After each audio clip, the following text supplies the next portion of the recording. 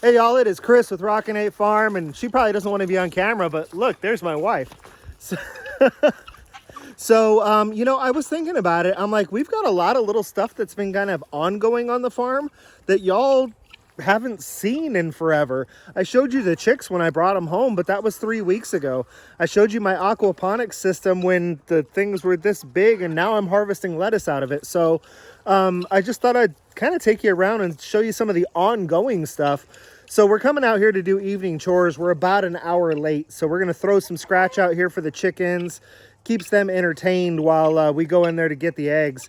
So let me do that real quick, and I'll be right back. So our pretty little guinea fowl know what time it is. When we come out and we have the egg carton in our hands, they know that it's time for a snack too. So the guinea fowl get a few worms every day just because we love them and because they do such a good job for us. So we make a little bit of their protein intake easy for them.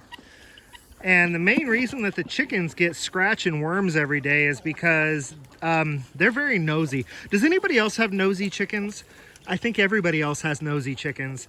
So if we don't throw out a little scratch and a few worms for them when we're coming to collect eggs, we end up inside trying to collect eggs with a hen house full of chickens pecking at the polka dots on my wife's boots and just being a general nuisance. So it's scratch time. Gives them a little bit of feed right before they go to bed. They enjoy it. So one of the things I wanted to show y'all was these little monsters here. So these guys are now like 3 weeks and 2 days old. And my goodness, you know, it's the first time I've ever done meat birds. It's the first time I've ever done the Cornish cross. I am blown away with these little things. 3 weeks and 2 days old, and they're, you know, darn near feathered out. They're huge. They are eating and pooping machines, which I'm sure most people know. They go through so much water, it is absolutely ridiculous. I already need to fill that back up. They go through so much water, it's absolutely ridiculous. And it's just crazy how big these little birds are getting. We widened out their space, as you can see. If I show you here, obviously they're not in the brooder. So they've got about, I would say about a fourth, somewhere between a fourth and a third of the room is theirs now. Just so you guys don't freak out about the heat lamp. Number one, the heat lamp is secured very well to the ceiling. Number two, daily, I take the heat lamp and I use an air hose to blow dust off of it. These guys are still little. They're not feathered out yet, so they still need a heat lamp. It's not like a full-size chicken. And in case any of you are wondering, like, oh my gosh, do I need to keep my chickens warm during the summer? A buddy of mine, Jack, over at the Mindful Homestead, he just did an entire video about heat lamps and keeping your chickens warm during the winter. So I'm actually going to post a link to that in the upper right hand corner. So make sure you go check out that video when we're talking about egg laying breeds. Now these little meat guys, as soon as they've got their feathers, it's more than warm enough in here for them. This heat lamp will go. But for right now, if I were to come out here at midnight, 2 in the morning, I would see all these little guys, you know, fairly near the light. So they still get cold. They still need the heat. We're taking away the food at night now. So they get 12 hours on, 12 hours off on the feed. And they're doing well. You know, I mean, they basically plow through that pretty much. There's some left. They pretty much plow through that during the 12 hours they have it during the day. So they're doing well with not having feed at night. They're up to probably about 6 gallons of water a day, so we're having to stay on top of that. But yeah, the meat birds are growing out well. We're looking at a mid-December slaughter date probably, and we're really looking forward to starting to provide our own meat. Vegetables, anyone? Check this noise out. It's ridiculous. So I got the lights turned off right now so that y'all can actually see and so that I'm not blinded, but you know, these are probably about 3 weeks old. The ones over here on the sides are about 2. I'm readily harvesting lettuce leaves off of these now, and basically I'll just kind of keep harvesting and keep plucking. I've got all different kinds of greens. I've got a couple of different kinds of lettuces. So I just keep working on them until I get through them. And the thing is, you know, if you all watched my latest video where I made my announcement about what's going on in my life, if you didn't, I'm going to post that up here. But if you guys all watched that latest video about what's going on in my life, I'm eating more salads these days. So it's really nice that I can come in here and I can grab fresh greens. I can grab fresh lettuce leaves. You know, it only takes about, oh, I'd say 3 or 4 leaves this size here. Tear them up and throw them in a bowl, put some chicken and some cheese on top, a little blue cheese dressing, and I've got myself a nice keto paleo salad. And you know, it's super low in carbs, relatively low in calories, nice and high in protein and fat. So it's really awesome that you know, I started this as kind of an experiment, and now I'm using the heck out of it. So we'll definitely be succession planting these seeds into this system and keeping these lettuces growing so that I have nice fresh lettuce.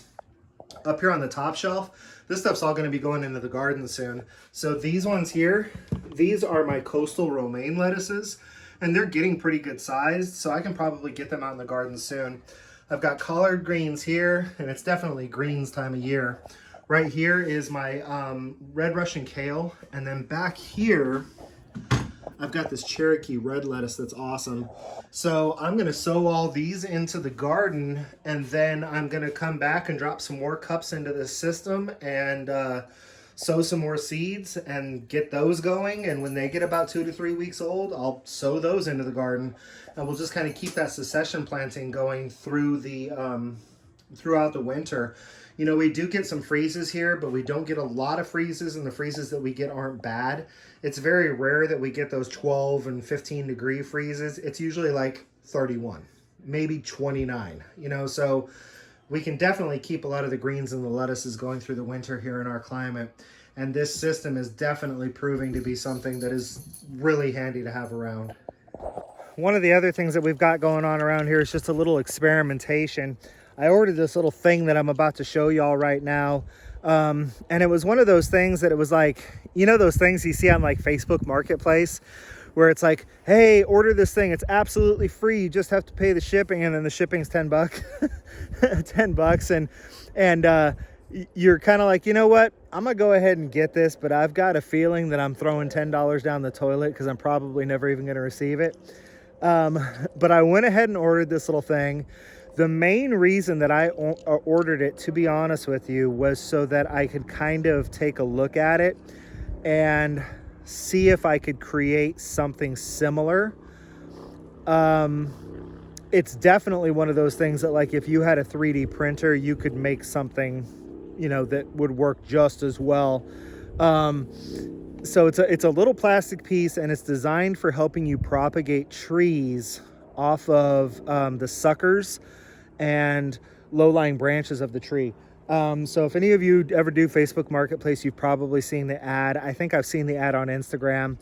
So I just ordered this little guy just as an experiment. If it does work, then I can see if I can develop something to start really propagating a lot of the trees. So this is one of my apple trees over here.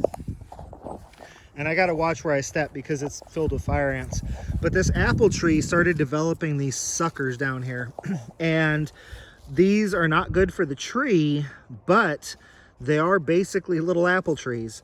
So if you see this black plastic piece down here, basically what you do is you take the apple tree itself and you remove a section of the outer bark and just leave a little ring all the way around of green bark.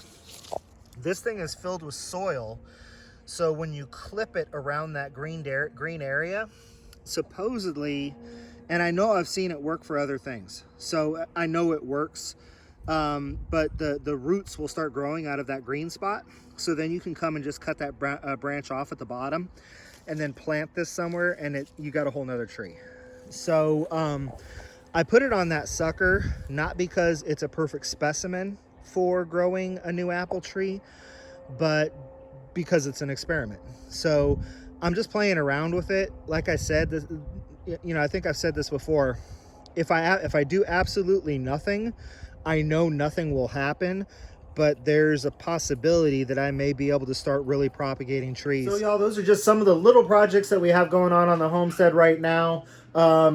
Quick announcement, because this is going to post on a Tuesday, so Sunday night into Monday, we didn't freeze, but we had our first frost. So I was able to harvest all of the fruit off of the very withered and dying plants. You'll see more about that in the next garden update. But that's kind of some of the little stuff that we have going on right now as I'm trying to recuperate, as I'm trying to recover. So I hope you all enjoyed just kind of the little dippity doobity stuff on the homestead. And until I see you again, be happy and live healthy.